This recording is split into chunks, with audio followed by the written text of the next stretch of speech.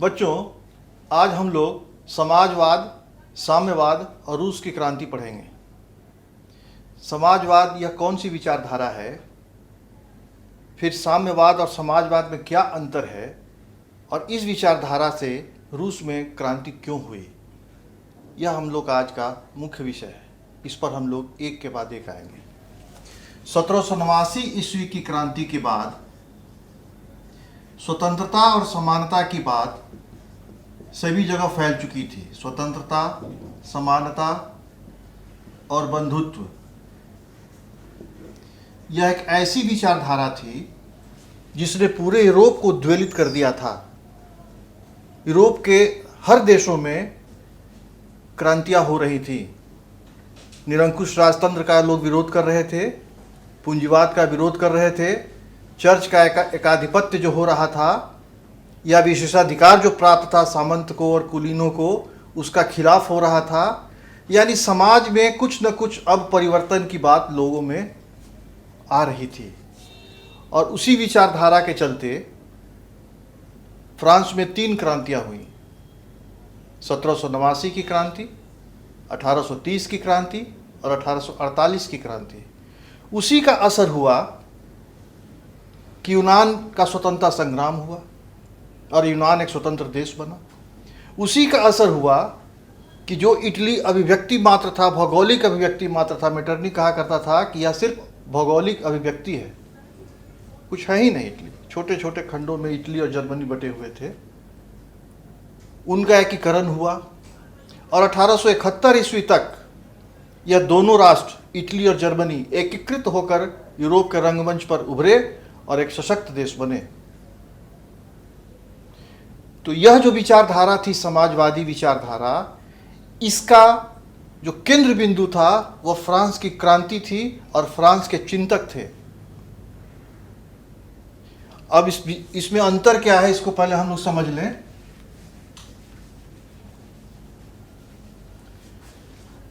समाजवाद और साम्यवाद, अंग्रेजी में इसको सोशलिज्म कहते हैं और कम्युनिज्म कहते हैं। यह क्या है? समाजवाद जो है एक ऐसी विचारधारा है, इसका कहना है कि उस देश की जितनी भी संपत्ति है, जो भी पूंजी है, वह राज्य के नियंत्रण में हो, एक वर्ग विहीन समाज हो। यहाँ न तो कोई पूंजीपति हो और न तो कोई गरीब हो, विशेषाधिकार लोगों के पास न रहे, किसी का जैसे चर्च का आधिपत्य था वह सब समाप्त हो जाए। तो समाजवाद एक ऐसी प्रक्रिया थी और एक ऐसी विचारधारा थी जिसने एक वर्ग विहीन समाज की सोच रखी कि जितनी भी संपत्ति है राज्य की, वह देश के लोगों के लिए है। किसी एक व्यक्ति के हाथ में जैसे पूंजीपति है तो उसके यहाँ अथाह संपत्ति है, ऐसा न हो। जो भी राष्ट्रीय आय है, जो भी राष्ट्र की संपदा है, उस पर पूरे देश का अधिकार हो, यह विचारधारा आई। यानी ये लोग वर्ग समन्वय की बात किया करते थे। वर्ग समन्वय, क्लास कोऑर्डिनेशन, आपस में तालमेल। और इसमें जो थे, जो मशहूर हुए जो प्रारंभिक काल में, वे थे सेंट साइमन, रॉबर्ट फूरिये,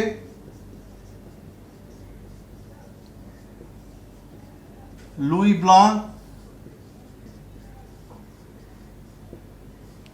ये लोग जो थे, ये लोग, या फिर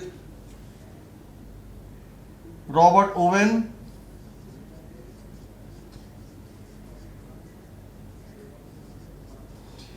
ये जो चिंतक थे या ये जो व्यक्ति थे, ये लोग समाजवाद का समर्थन करते थे। ये वर्ग विहीन समाज की स्थापना वर्ग समन्वय के द्वारा किया चाहते थे। तत्पश्चात कार्ल मार्क्स और एंगल्स का पदार्पण होता है राजनीति में। कार्ल मार्क्स जर्मनी के रहने वाले थे।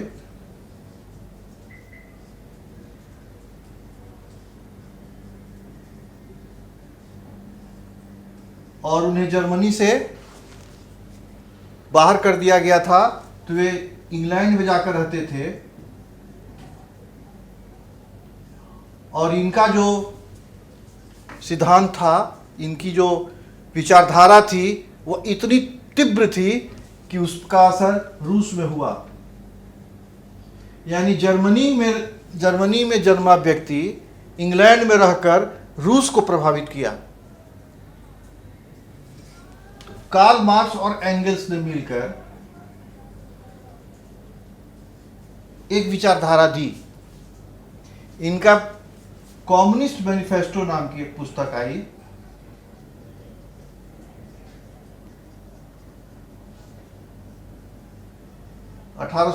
ईस्वी में। इसमें इन लोगों ने कहा कि दुनिया के मजदूरों एक हो जाओ।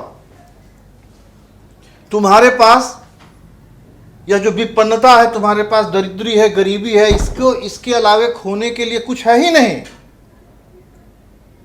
और इन लोगों ने वर्ग संघर्ष की बात की। समाजवाद वर्ग समन्वय की बात करता है और ये वर्ग संघर्ष की बात करते हैं। इन्होंने समाज से अपना हक लेने के लिए हथियार तक उठाने की बात की, संघर्ष की बात की, आंदोलन की बात की। तो यह समाजवाद और साम्यवाद में मूल अंतर यह है कि यह वर्ग समन्वय पर जोर देते थे और ये वर्ग संघर्ष पर जोर देते थे। इसके जो विचारक थे वे साइमन थे, फूरिये थे, ब्लां थे, ओवेन थे, और इसमें कार्ल मार्क्स और एंगल्स थे, और उसके बाद और जो भी साम्यवादी आए वे थे। और अंतर इसमें यह था कि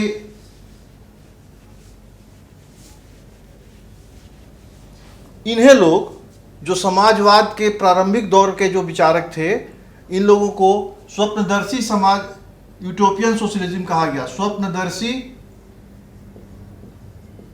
विचारधारा या समाजवाद।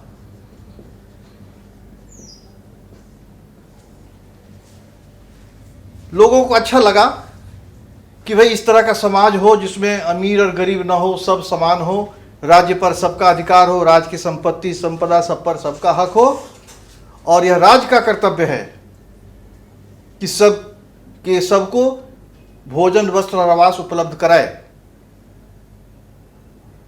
साइमन का कहना था कि प्रत्येक व्यक्ति अपने कार्य क्षमता के अनुसार और कार्य के अनुसार, योग्यता के अनुसार उसे पारिश्रमिक मिलना चाहिए। संपत्ति राज्य की है, सब एक जगह इकट्ठा हो गया, संपत्ति सार्वजनिक, और वह राज्य की संपत्ति हुई, तो जो व्यक्ति जिस क्षमता से या जिस योग्यता से कार्य कर रहा है, उस योग्यता और क्षमता के अनुसार उसे पारिश्रमिक मिलनी चाहिए। लेकिन फूरिये का अलग विचारधारा थी। फूरिये का कहना था कि बड़े बड़े जो उद्योग हैं या पूंजीपतियों के हाथ क्या वो चीज होते हैं, क्योंकि उस समय औद्योगिक क्रांति हो चुकी थी, और औद्योगिक क्रांति होने के चलते समाज में दो वर्ग हो गया था, पूंजीपति वर्ग और श्रमिक वर्ग। हम जानते हैं कि सबसे पहली क्रांति, औद्योगिक क्रांति इंग्लैंड में हुई थी, उसके बाद वह विश्व के अन्य देशों में हुई।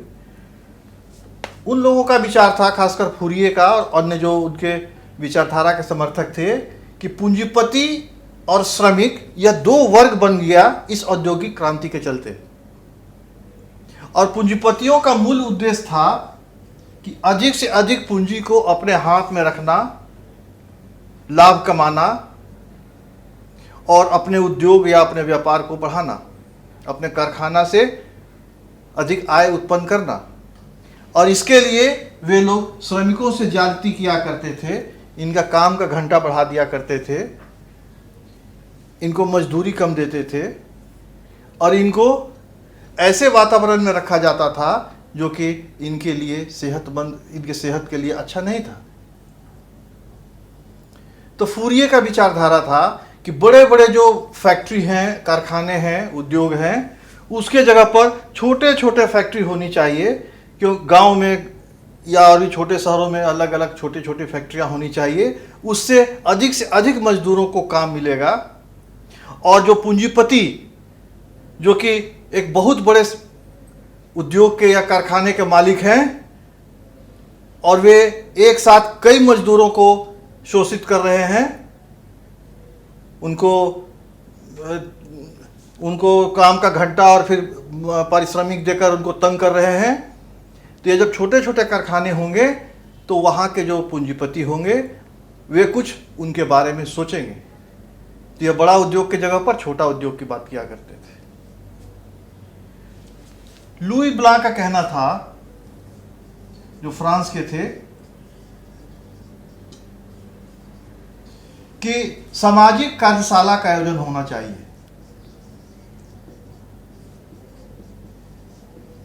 इनकी विचारधारा थी कि यह जो समाजवाद की जो बात है, यह लोगों को एक कार्यशाला का आयोजन करना चाहिए और लोगों को इसके बारे में जागरूक करना चाहिए। जब तक लोग इस समाजवाद या पूंजीवाद इसके बारे में स्पष्ट नहीं समझ पाएंगे कि आखिर इसका पर्पस क्या है, उद्देश्य क्या है, क्यों वर्ग विहीन समाज की स्थापना हो, क्यों सारी संपत्ति राज के पास हो। क्योंकि एक और इन लोगों की विचारधारा थी, इनका कहना था कि जो संपत्ति है उसका केंद्रीकरण न हो, क्योंकि उस समय कई तरह की विचारधाराएं चल रही थी, जिसमें एक विचारधारा थी जो फ्रांस की क्रांति के बाद जो विचारधारा आई थी, उसकी मैं बात कर रहा हूं। उदारवादी विचारधारा, उदारवादी लोग थे। इनकी सोच थी कि व्यक्ति की राजनीतिक और धार्मिक स्वतंत्रता होनी चाहिए। हर व्यक्ति अपना धर्म मानने के लिए स्वतंत्र हो और फिर उसकी राजनीतिक सोच, वो जिस राजनीति से का समर्थक हो, वह उसको स्वतंत्रता मिलनी चाहिए। किसी भी प्रकार का बंदिश या अंकुश उस पर नहीं लगाना चाहिए। तो इन्हीं लोगों को उदारवादी या रेडिकल कहा गया, जो राजनीतिक और व्यक्तिगत और धार्मिक स्वतंत्रता के पक्षधर थे। दूसरे हुए अति उदारवादी या अतिवादी भी इनको कह सकते हैं। इन लोगों का विचार था कि जो संपत्ति है या पूंजी है, इसका केंद्रीकरण नहीं होना चाहिए, किसी एक व्यक्ति के हाथ में यह नहीं होना चाहिए या पूंजीपतियों के हाथ में नहीं होना चाहिए। संपत्ति का विकेंद्रीकरण हो, सबके पास संपत्ति होनी चाहिए, क्योंकि संपत्ति एक व्यक्ति के हाथ में आ जाने से वह मनमाने ढंग से कार्य करता है, उसकी तानाशाही बढ़ जाती है और फिर वह गरीबों का, श्रमिकों का, मजदूरों का, किसानों का शोषण करता है। तीसरे प्रकार के जो लोग थे उन्हें प्रतिक्रियावादी कहा जा सकता है, या इन्हीं को रूढ़िवादी भी कहते हैं। इस सोच के लोग पुरातन व्यवस्था, जो निरंकुश राजशाही, वह जो सामंत और चर्च के हाथ में जो विशेषाधिकार था, वो इस सिद्धांत के लोग पक्षधर थे। ये समाज में हो रहे परिवर्तन के समर्थक नहीं थे। प्रतिक्रियावादी ये जो पुरातन व्यवस्था थी उसके ये समर्थक थे, और ये समाजवाद या साम्यवाद जो विचारधारा आ रही थी उसका ये लोग विरोध करते थे। विशेषाधिकार, राजा की निरंकुशता, चर्च की प्रभुता, सामंतों का एकाधिपत्य, ये सब इनकी विचारधारा में शामिल था। और एक और विचारधारा उसी समय आई जिसकी चर्चा हम लोगों ने अभी की, वह थी समाजवादी विचारधारा। यह समाजवादी विचारधारा थी कि जो संपत्ति है राज्य की या देश की, वह किसी एक व्यक्ति के हाथ में हो और उस पर पूरे समाज का नियंत्रण हो। यह जमीन चर्च की है, यह जमीन सामंत की है, यह जमीन कुलीन की है, ऐसा न होकर वह पूरी जमीन सरकार की हो और उसकी आय का बराबर बराबर हिस्सा उसकी क्षमता और कार्य कुशलता के अनुसार उनको दिया जाए। यही समाजवाद है। वर्ग समन्वय, क्लास कोऑर्डिनेशन, न कोई अमीर न कोई गरीब। अगर जैसे अभी क्या है भारत में, भारत एक समाजवादी देश है। हमारे संविधान में लिखा हुआ है कि India is a secular socialist democratic Republic. Socialist शब्द जोड़ा गया, लेकिन क्या यह समाजवाद का एक अच्छा उदाहरण है? जहां समाजवाद पूरी तरह होगा वहां पूंजीवाद नहीं होगा। वहां की संपत्ति पर हमारा एकाधिपत्य नहीं होगा। समाजवादी विचारधारा है कि जो भी संपत्ति है वह सरकार की होगी और सरकार की जवाबदेही है कि हमें भोजन, वस्त्र और आवास दे। रूस में जब साम्यवादी क्रांति हुई वहां यह व्यवस्था थी। लोगों को कार्ड इशू हो जाया करता था, सरकार के द्वारा उन्हें रहने का आवास मिला हुआ था और वे जितने लोग उनके परिवार में हैं उसके अनुसार से राजकीय भंडार से उन्हें भोजन मिलता था। क्योंकि सारी जवाबदेही सरकार की है, सारी संपत्ति सरकार की है और चूंकि हम वहां के नागरिक हैं तो उस पर हमारा अधिकार है। यही समाजवाद है। और कार्ल मार्क्स और एंगल्स ने आकर इसमें परिवर्तन किया कि वर्ग समन्वय ऐसे नहीं हो सकता है जब तक कि वर्ग संघर्ष न होगा। इन लोगों ने संघर्ष की बात की और वही समाजवाद साम्यवाद कहा जाने लगा, क्योंकि उनका सिद्धांत साम्यवादी सिद्धांत विचारधारा कही गई, जो उन्होंने अपने पुस्तक कम्युनिस्ट मैनिफेस्टो और बाद में दास कैपिटल में उन लोगों ने लिखा। बहुत मशहूर किताब है कार्ल मार्क्स की, दास कैपिटल।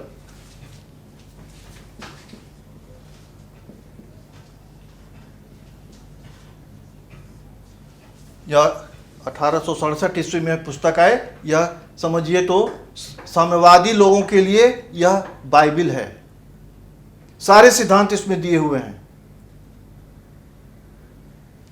तो इस प्रकार हम लोग देख रहे थे कि समाज में फ्रांस की क्रांति के बाद परिवर्तन हो रहा था। औद्योगिक क्रांति हो चुकी थी, श्रमिक वर्ग और पूंजीपति वर्ग आ चुके थे, मजदूरों का शोषण हो रहा था। निश्चित तौर पर यह विचारधारा उस समय के लिए उपयुक्त थी, लेकिन उस समय के लोग यह सोच ही नहीं पाते थे कि ऐसा भी समाज होगा जिस पर राज्य का नियंत्रण होगा और सभी उसका लाभ उठाएंगे। इसलिए उनको स्वप्नदर्शी समाजवाद कहा गया, यूटोपियन सोशलिज्म।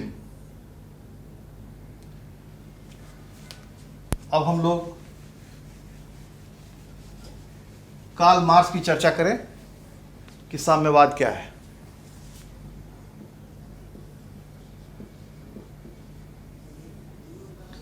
अभी हम लोगों ने देखा कि साम्यवाद एक ऐसी विचारधारा है जिसमें कार्ल मार्क्स और एंगल्स ने दास कैपिटल और कम्युनिस्ट मैनिफेस्टो में इस बात को प्रतिपादित किया, बताया लोगों को कि समाज में पूंजीपति वर्ग होना ही नहीं चाहिए। कम्युनिस्ट मैनिफेस्टो में उन्होंने लिखा कि मजदूरों, दुनिया के मजदूरों एक हो जाओ, तुम्हारे पास खोने के लिए गरीबी और इस भूखमरी के अलावे कुछ भी नहीं है, इसको खत्म करो। और यह तभी खत्म होगा जब तुम संघर्ष करोगे। इन्होंने संघर्ष का आह्वान किया, अर्थात इसमें थोड़ी बहुत कठोरता थी। हम जानते हैं कि कार्ल मार्क्स का जन्म जर्मनी में हुआ था और ये इंग्लैंड में जाकर रहने लगे। इनकी बचपन की मित्र मेरी, उनसे इन्होंने शादी की और फिर ये घूमने के लिए फ्रांस गए। वहाँ पर इनकी भेंट रॉबर्ट एंगल्स से हुई और रॉबर्ट एंगल्स और कार्ल मार्क्स ने मिलकर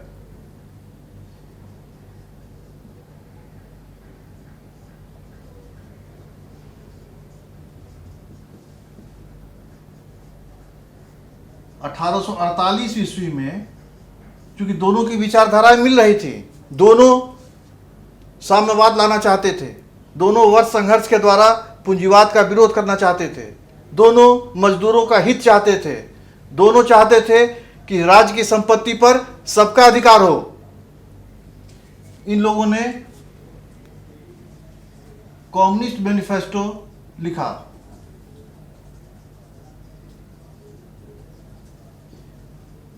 यह जब पुस्तक आई, यह जो सिद्धांत आया लिखित रूप में, तो उस समय एक क्रांतिकारी विचारधारा को इसको लोगों ने समझा, क्योंकि इसमें वर्ग समन्वय की बात न थी, वर्ग संघर्ष की बात थी, और इसको जो भी मानने वाले थे वे साम्यवादी कहलाए। रॉबर्ट ओवेन जो थे इंग्लैंड के,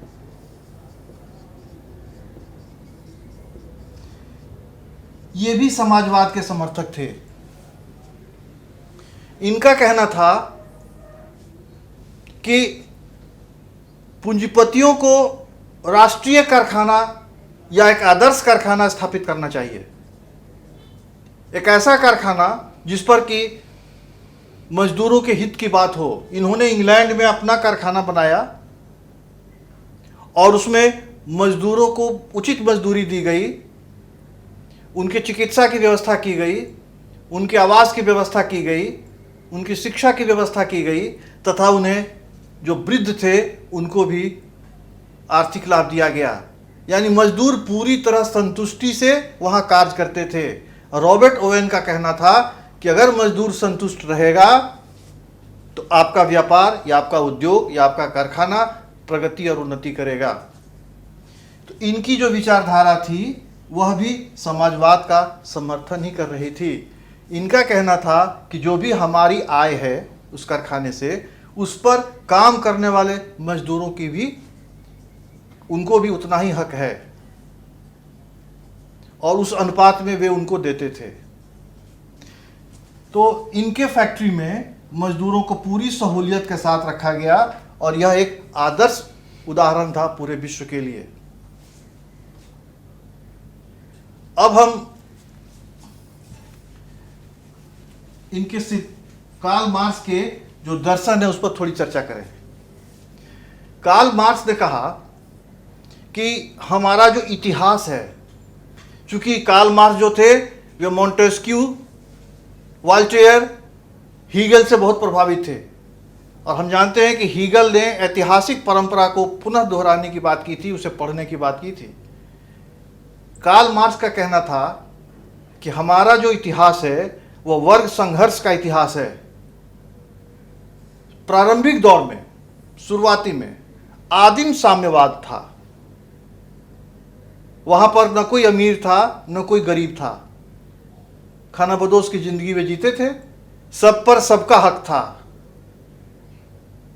एक स्थान से वह खानाबदोश मतलब क्या हुआ कि वह कहीं पर स्थिर नहीं है, वे विचरण करते थे। आज यहाँ पर हैं एक कबीला के लोग, 200-400 आदमी एक जगह हैं, यहाँ पर जितना भी कंदमूल उन्हें मिला जंगलों का, खाते पीते थे, और उसके बाद जब वो खत्म हो जाता था फिर अलग चले जाते थे। तो जहाँ पर वे रहते थे वहाँ की संपत्ति पर सबका हक था। इसी को उन्होंने कहा आदिम साम्यवाद। यह कार्ल मार्क्स का दर्शन है, कैसे उन्होंने वर्ग संघर्ष की बात की। इनका कहना था कि प्रारंभ में तो आदिम साम्यवाद था, उसके बाद दासता का युग आया। लोगों ने जो जिनके पास थोड़ी शक्ति हुई, थोड़ी संपत्ति हुई, उन लोगों ने दास बनाना शुरू किया, यानी दास प्रथा की शुरुआत हुई। और उन दासों से वे अपने हिसाब से अपने फायदे का काम जबरदस्ती कराया करते थे। दासों को, जो दास थे, उनको कोई हक नहीं था, न तो उन्हें जीने का हक था, न तो उन्हें शादी विवाह का हक था। यानी जन्म और मृत्यु पर उसके मालिक का हक था, क्योंकि वे उसे या तो खरीद कर ले आते थे या फिर वे उन्हें जीत कर लाते थे। कार्ल मार्क्स का कहना था कि सेकेंड फेज दासता का था। इन्होंने कहा कि थर्ड फेज दासता के बाद सामंतों का काल आया, सामंती युग आया। यह भी वर्ग संघर्ष का समय था। ये बताना चाहते थे कि मेरा जो सिद्धांत है वर्ग संघर्ष, अमीर और गरीब लड़ाई करो और अपना हक लो, यह शुरू से चला आ रहा है, यह कोई नई बात नहीं है। सामंती काल में सामंत जो थे वे राजा के विशेषाधिकार प्राप्त वर्ग थे, और ये इनका और इनकी जनता के बीच संघर्ष हुआ करता था। इन्होंने बताया कि सामंती युग के बाद पूंजीपति का काल आया, पूंजीवाद आया,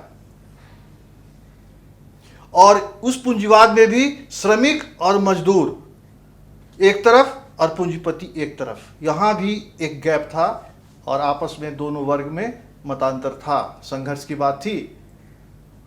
और इन्होंने बोला कि अब आ गया समाजवाद। लोग इस तरह की विचारधारा से पूरी तरह परिचित हो चुके हैं कि समाज पर, ये जितनी भी संपत्ति है समाज की, इस पर राज्य का नियंत्रण हो और सबको बराबर का हक हो। तो उन्होंने कहा कि यह 5 चरण आ चुका है और छठा चरण है साम्यवाद का, जो मैं अपने पुस्तक कम्युनिस्ट मैनिफेस्टो में लिख रहा हूं। इस तरह उन्होंने अपनी बातों को जस्टिफाई करने का, अपनी बातों को सिद्ध करने का, प्रमाणित करने का कार्य किया।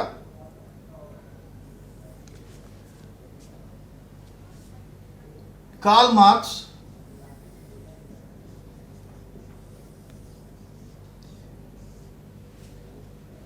इनकी जो विचारधारा थी, इससे सबसे पहला असर जो साम्यवादी सरकार पूरे विश्व में स्थापित हुई वह रूस में हुई, और वह 1917 की जो बोल्शेविक क्रांति हुई थी उसके द्वारा हुई। इसकी चर्चा हम लोग आगे करेंगे, लेकिन यह जरूर था कि कार्ल मार्क्स का जो प्रभाव था वह विश्व में कई देशों में इस पर पड़ना शुरू हुआ। जर्मनी में, इंग्लैंड में, फ्रांस में, रूस में, हर जगह साम्यवादियों का एक दल बनने लगा। इसी का परिणाम हुआ कि इंग्लैंड में लेबर पार्टी की स्थापना हुई, मजदूरों की पार्टी, लेबर पार्टी की स्थापना हुई। जर्मनी में सोशल डेमोक्रेटिक पार्टी की स्थापना हुई। जर्मनी में सोशल डेमोक्रेटिक पार्टी, यूके में, इंग्लैंड में लेबर पार्टी की स्थापना हुई। फ्रांस में सोशल पार्टी की स्थापना हुई।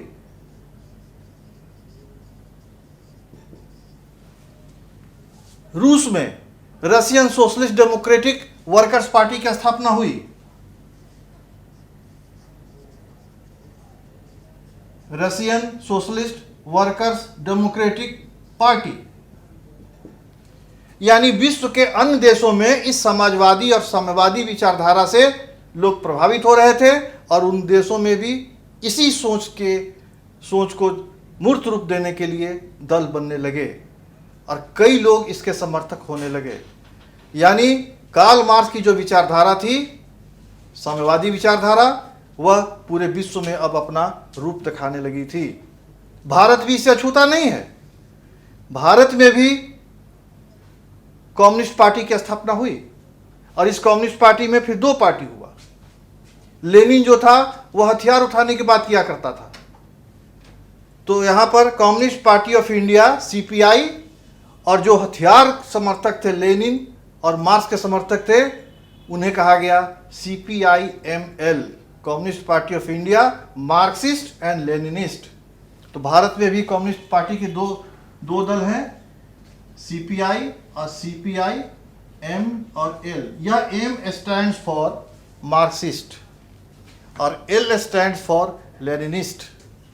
यानी समाजवादी पार्टी वह पार्टी जो पूंजीवाद का विरोध करती है, वह पार्टी जो गरीबों के हित की बात करती है, और वह पार्टी जो वर्ग समन्वय की बात करती है, वह CPI है।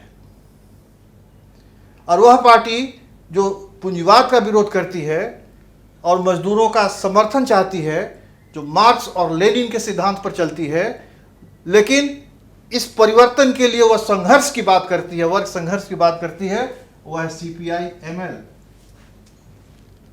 अर्थात भारत में भी उस तरह की पार्टियां हैं आज के दौर में, और इसके काफ़ी समर्थक हैं। भारत के कई राज्यों में इनकी सरकारें भी हैं। पश्चिम बंगाल में इनकी सरकार बहुत दिनों तक थी, केरल में भी इनकी सरकार थी। कुछ राज्यों में इस पार्टी का विशेष प्रभाव है। तो इस विवेचना से यह स्पष्ट हुआ कि फ्रांस की क्रांति के बाद जो स्वतंत्रता और समानता की बात लोगों के जहन में बैठ चुकी थी, आ चुकी थी, उसी का असर था कि समाजवाद इस तरह आगे बढ़ा, क्योंकि अब लोग विशेषाधिकार, अब लोग किसी का आधिपत्य, राजा की निरंकुशता, चर्च की तानाशाही, सामंतों की दादागिरी बर्दाश्त करने के पक्ष में नहीं थे। अब लोग जागरूक हो चुके थे। वे मॉन्टेस्क्यू, दिदरो, वाल्टेयर, क्वेंसने, तुर्जो, नेकर, रूसो, इसको लोगों ने पढ़ा, समझा। बुद्धिजीवी वर्ग आगे आ चुका था, लोग शिक्षित हो रहे थे। ऐसी परिस्थिति में समाजवाद काफ़ी तेजी से आगे बढ़ा, और हम अब देखेंगे कि कैसे यह समाजवाद रूस में अपनी पकड़ जमाया। और अब रूस ही नहीं, पहले सबसे पहले तो रूस में इसकी सरकार बनी साम्यवादियों की, उसके बाद अन्य देशों में भी, जैसे चाइना हुआ, नॉर्थ कोरिया हुआ, इन देशों में भी साम्यवादियों की सरकार बनी, और जहाँ पर लेनिन और मार्क्स का सिद्धांत, एंगल्स का सिद्धांत काफ़ी प्रभावी है। बच्चों, अभी तक हम लोगों ने देखा कि किस प्रकार एक नए प्रकार की विचारधारा पूरे यूरोप में फैल रही थी, जिसमें Saint Simon, Fourier, Louis Blanc, Karl Marx, Engels, इन लोगों की जो विचारधाराएं थी वह यूरोप के अन्य देशों में, जैसे कि आपका इंग्लैंड हुआ, फ्रांस हुआ, जर्मनी हुआ, रसा हुआ, सब जगह उसकी विचारधारा फैल रही थी। और इस विचारधारा को हम लोग समाजवादी और साम्यवादी विचारधारा कहते हैं। इसका असर रूस पर इतना पड़ा कि सबसे पहली क्रांति इस विचारधारा को लेकर रूस में हुई। रूस में उस समय जार निकोलस सेकंड राजा था, रोमनो वंश का।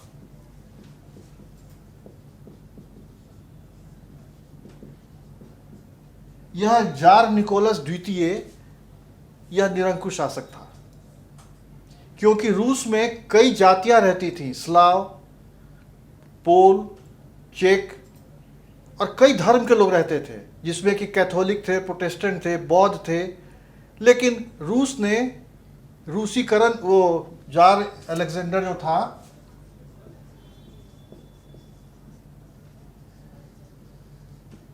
इसने रूसीकरण की नीति के चलते सबको सिर्फ कैथोलिक धर्म मानने के लिए बाध्य किया, और लोग कोई दूसरा धर्म मान ही नहीं सकते थे। लोगों में आक्रोश था, क्योंकि फ्रांस में स्वतंत्रता, समानता और बंधुत्व की जो भावना थी, या फिर कार्ल मार्क्स की जो विचारधारा थी, वह रूस में काफ़ी उद्वेलित लोगों को कर रही थी। इसी पृष्ठभूमि को ध्यान में रखकर हम आगे की बात करेंगे। रूस में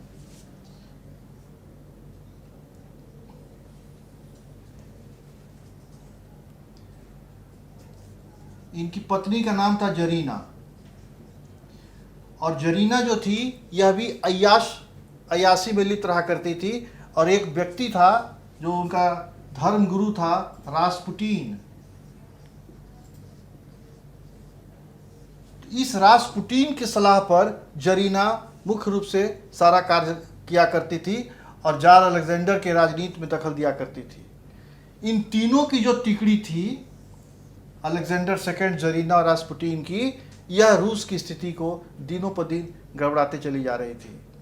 स्थिति यह हो गई थी कि क्रीमिया का जो युद्ध हुआ था, जिसके चलते हम लोगों ने देखा था कि उसमें कावूर ने कहा भी था कि क्रीमिया के पंख से इटली का निर्माण होगा, तो वह 1854 से 56 ईस्वी की बात मैं बता रहा हूँ। इस क्रीमिया के युद्ध में रूस की पराजय हुई थी, क्योंकि इन लोगों की अदूरदर्शिता, इन लोगों की स्वेच्छाचारिता और इन लोगों की विलासिता के चलते शासन पर कोई ध्यान नहीं देता था। उसी समय जापान जैसा एक छोटा सा देश 1904-5 की लड़ाई में रूस को बुरी तरह पराजित कर दिया। यह रूस की प्रतिष्ठा का मान मर्दन था। रूस जैसा शक्तिशाली देश एक जापान जैसे छोटे से देश से 1905 में हार चुका था। अब लोग इस जार अलेक्जेंडर के काफ़ी विरोधी हो चुके थे। इन लोगों ने इसको गद्दी से हटाने की बात की, और गद्दी से हटाने के लिए समय आया, वह आया था 1905, जिस समय इसकी पराजय हुई उसी समय इन लोगों ने रूस में क्रांति कर दी। उसका सबसे बड़ा कारण था कार्ल मार्क्स का प्रभाव, क्योंकि भूखमरी बढ़ चुकी थी, महंगाई आकाश पे थी, मुद्रा का अवमूल्यन हो चुका था, भोजन की समस्या थी। रोटी रोटी का नारा लगाकर, जैसे कि फ्रांस में 1789 ईस्वी में लोग पेरिस की गलियों में घूम रहे थे, उसी तरह रूस की गलियों में भी गरीब मजदूर अन्न के लिए घूम रहे थे। ये लोग राजा की तरफ, राज दरबार की तरफ, राजमहल की तरफ इन लोगों ने कूच करना शुरू किया। और समय ऐसा आया 22 जनवरी 1705। देखिए, यहां पर एक चीज समझना बहुत ही जरूरी है, वह है जूलियन कैलेंडर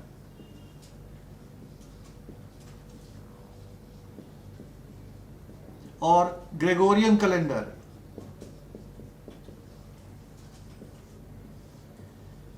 इसमें थोड़ा अंतर जब तक हम लोग नहीं समझेंगे कुछ कंफ्यूजन होगा, क्योंकि हम जानते हैं कि इसके बाद जो भी क्रांति हुई 1917 में, उससे वह मार्च में हुई और हम उसको फरवरी की क्रांति कहते हैं। फिर नवंबर में हुई, हम उसको अक्टूबर की क्रांति कहते हैं। ऐसा क्यों? ऐसा इसलिए कि जूलियन कैलेंडर रूस का पुराना कैलेंडर था और ग्रेगोरियन कैलेंडर रूस का नया कैलेंडर है। दोनों में 13 दिनों का अंतर है। तो हम यहां पर लिख रहे हैं 22 जनवरी 1905। तो यह हुआ ग्रेगोरियन कैलेंडर से, लेकिन कहीं कहीं पुस्तकों में इसको लिखेगा 9 जनवरी 1905, क्योंकि 13 दिनों का अंतर है। उसी तरह 7 नवंबर को 1917 को बोल्शेविक क्रांति हुई, तो इसका जो 13 दिन पहले हो जाएगा वो 25 अक्टूबर 1917 हो जाएगा। इसीलिए हुआ यह नवंबर में, कहते हैं अक्टूबर क्रांति। तो यही अंतर है। तो 22 जनवरी 1905 को रविवार का दिन था और इसी दिन लाखों की संख्या में लोग पीटर्सबर्ग की महल की तरफ, जो राजा का महल था, वहां पर आंदोलन करने के लिए ये लोग पहुंच गए। राजा घबरा गया। इसमें सिर्फ मजदूर ही नहीं, इसमें विद्यार्थी भी साथ दिए, इसमें मध्यम वर्ग के लोग भी साथ दिए और मजदूर और किसान तो थे ही। राजा ने गोलियां चलवा दी और उसके बाद इसको दबा दिया गया। इसको दबा दिया गया। फिर चूंकि इस आंदोलन हो चुका था, उसको दबा दिया गया था, इसलिए राजा ने कुछ सुधार की बात की और उसने ड्यूमा का गठन किया। ड्यूमा जो कि जनप्रतिनिधियों की एक सभा थी, संसद था। प्रथम ड्यूमा को भंग कर दिया गया। फिर दूसरे बार फिर राजा ने सेकंड ड्यूमा की स्थापना की, इसे भी भंग कर दिया गया।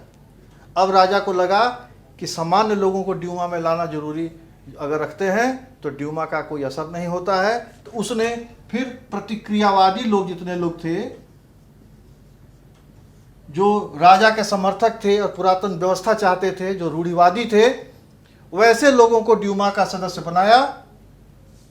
और वो ड्यूमा के जब सदस्य बने तो उन लोगों ने, इस पूरी ड्यूमा ने इस प्रकार की शासन व्यवस्था स्थापित की कि 1905 ईस्वी की क्रांति को दबा दिया गया। लेकिन यह क्रांति कितने दिनों तक दबेगी? जब वहाँ पर कार्ल मार्क्स और एंगल्स की विचारधारा, जब वहाँ पर वर्ग संघर्ष की विचारधारा जब आगे आ चुकी थी, अब इस क्रांति को दबाना मुश्किल था।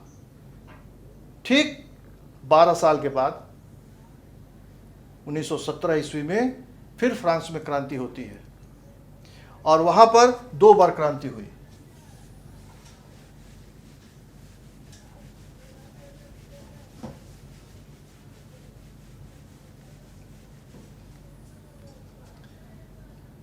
उन्नीस 1917 ईस्वी में इसी साम्यवादी विचारधारा के कारण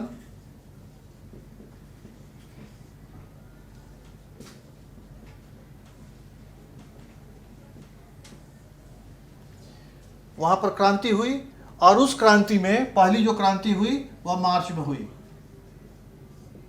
मार्च 1917 में रूस के राजा को, जार को, जिसको कि हम जार कहते हैं, गद्दी छोड़नी पड़ी, क्योंकि उन्होंने जो गोली चलवा दिया था, और गोली चलवाने के बाद काफ़ी लोग मारे गए, हजारों लोग मारे गए, और राजा को गद्दी छोड़नी पड़ी।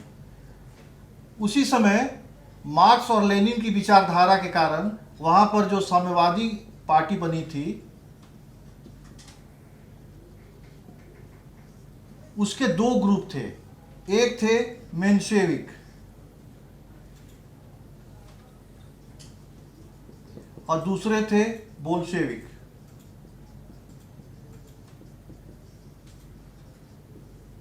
मेंशेविक लोग उदारवादी विचार के थे, उतना खूनी संघर्ष नहीं चाहते थे, थोड़ा सा ये लिबरल थे।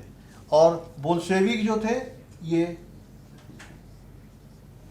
लेनिन के प्रभाव में थे, ये लोग उग्र थे, ये क्रांति चाहते थे संघर्ष के द्वारा।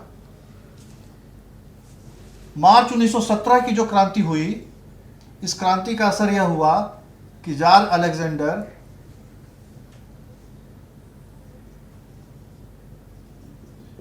गद्दी से हट गया और सत्ता जो थी वह मोन्शेविक के हाथ में आ गई। मोन्शेविक के हाथ में जब सत्ता आई तो यह सत्ता संभालने में असफल रहा। उस समय लेनिन स्विट्जरलैंड में था, वह रूस में नहीं था। उसने स्थिति को, गंभीरता को देखा और वह स्विट्जरलैंड से रूस आ गया। और आने के बाद ट्रोट्स्की की मदद से इसने इस मोन्शेविक की सरकार गिरा दी, और जिसको हम लोग नवंबर की क्रांति कहते हैं। नवंबर 1917, 7 नवंबर, जो कि अगर इसको हम जूलियन कैलेंडर देखें तो 25 अक्टूबर होता है, इसलिए इसको हम अक्टूबर की क्रांति भी कहते हैं। 7 नवंबर 1917 को लेनिन ने ट्रोट्स्की की मदद से सत्ता अपने हाथ में ले ली। तो इस तरह फ्रांस में जो क्रांतियां हुई, एक 1905 ईस्वी में जिसे कि दबा दिया गया, और दूसरी क्रांति हुई 1917 ईस्वी में, एक मार्च में और फिर एक नवंबर में।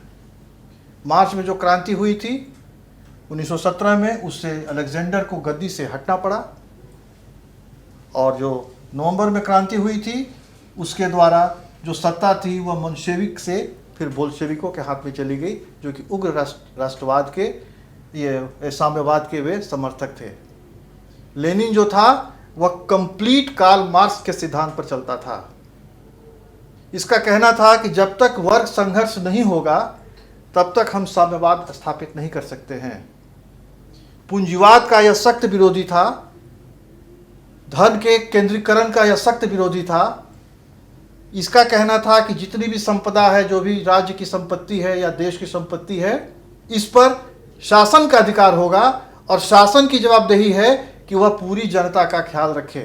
अर्थात वहाँ पर न तो किसी का अपना मकान था, न तो किसी का अपना व्यापार था, न तो उद्योग था। सब चीज़ का राष्ट्रीयकरण इसने कर दिया, और फिर सरकार की जवाबदेही थी कि वह उन लोगों को भोजन, वस्त्र, आवास की व्यवस्था करे।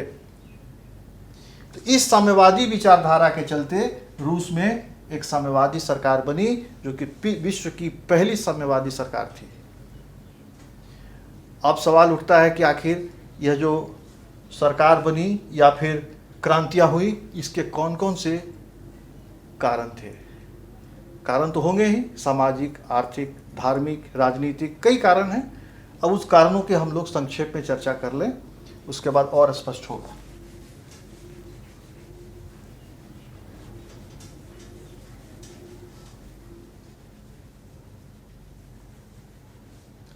सबसे पहले हम लोग देखें राजनीतिक कारण। राजा जो था, जिसे हम लोग जार कहते हैं, वह निरंकुश था, अत्याचारी था। राजनीतिक कारण पहले हम लोग देखें। निरंकुशता,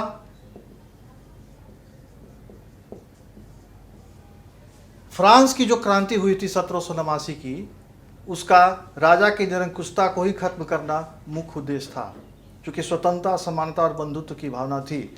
यहाँ भी वह बात थी, निरंकुशता और राजा की जो स्वेच्छाचारिता थी वह दिनों दिन बढ़ती चली जा रही थी, क्योंकि राजा अपनी रानी जरीना के वश में था और जरीना एक साधु रासपुटीन के वश में थी।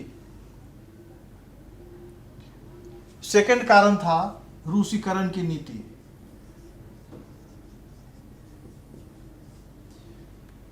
एक चर्च, एक धर्म, एक देश, इस पर जार जो था कार्य किया करता था। वहां पर चेक, फिन, पोल, स्लाव, सबसे अधिक स्लाव जाति रहती थी। वहां विभिन्न जाति के लोग रहते थे और विभिन्न धर्म के लोग भी रहते थे, जैसे कि कैथोलिक, प्रोटेस्टेंट, मुस्लिम, बुद्धिस्ट, कई धर्मों के लोग वहां रहते थे और कई जातियां वहां रहती थीं। जार वहां सिर्फ रूस के जो लोग रहते थे, रूस जाति और कैथोलिक धर्म, इन्हीं को पसरे दिया करता था, बाकी धर्म को मानना मना था। यही रूसीकरण की नीति है। जो शासक चाहेगा एक धर्म रहेगा पूरे रूस में, वह चाहता था। यह चीज लोगों को खल रहा था, क्योंकि उदारवादी साम्यवाद जो है, समाजवाद, उसमें धार्मिक और व्यक्तिगत स्वतंत्रता की बात की गई थी। ओवेंस ने, फूरिये ने इस तरह की बात की थी कि धार्मिक और राजनीतिक स्वतंत्रता होनी चाहिए, हर व्यक्ति को अपना धर्म मानने की आज़ादी होनी चाहिए। रूसीकरण के द्वारा उसने लोगों को एक विशेष धर्म मानने के लिए बाधित किया, जबरदस्ती उन लोगों को कैथोलिक धर्म मानने के लिए बाध्य किया। कई पार्टियां वहां पर अब उदित हो रही थी, क्योंकि वह साम्यवाद और समाजवाद के प्रभाव में आ चुकी थी। अभी हम लोगों ने चर्चा किया कि वहाँ पर बोल्शेविक और मंशेविक पार्टी हो गई थी। वहाँ पर socialist democratic party, workers party की भी स्थापना हो गई थी।